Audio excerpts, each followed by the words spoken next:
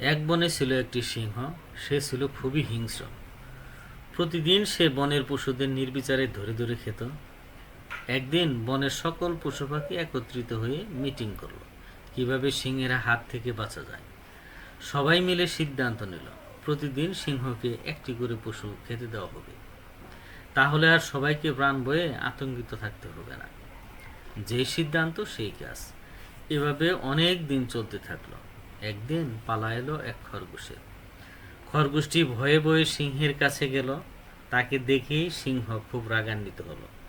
ধমক দিয়ে বলল, এই পুচকে, তোর আসতে এত দেরি হলো কেন? খরগোশ বুদ্ধি খাটিয়ে বলল, হুজুর, পথিমধ্যে আমার আরও একটি সিংহের সাথে সাক্ষাৎ হয়েছিল।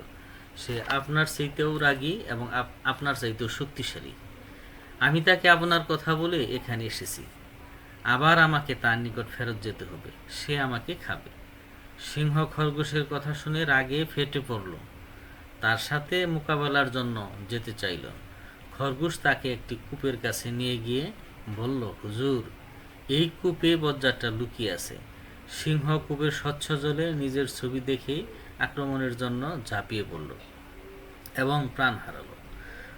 শিক্ষা: বুদ্ধির জোরে অনেক শক্তিশালীকেও পরাস্ত করা যায়।